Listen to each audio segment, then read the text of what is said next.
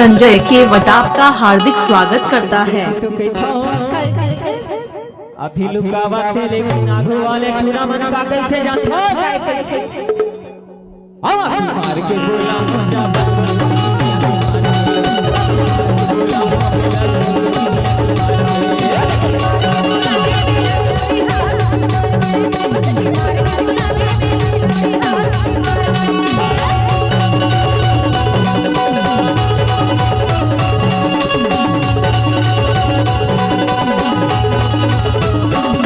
संजय केवट आपका हार्दिक स्वागत करता है।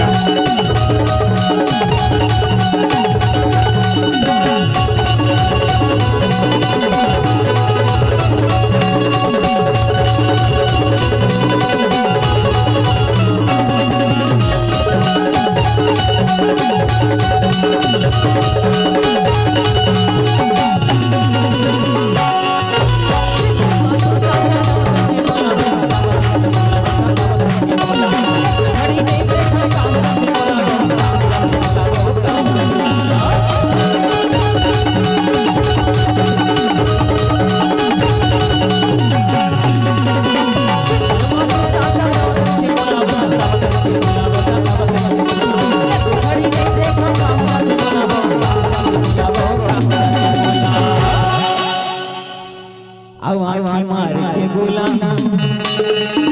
अभिलाष पूरी मार के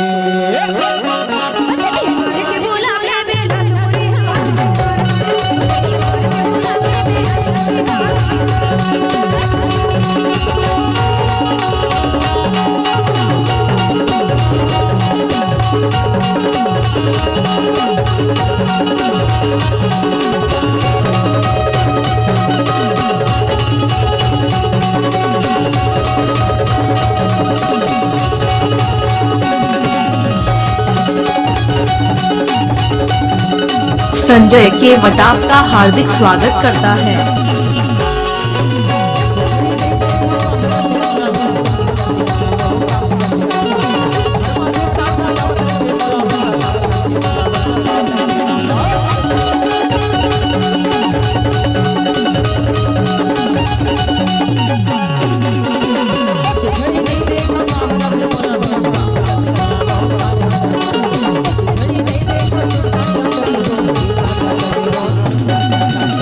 संजय केवट आपका हार्दिक स्वागत करता है।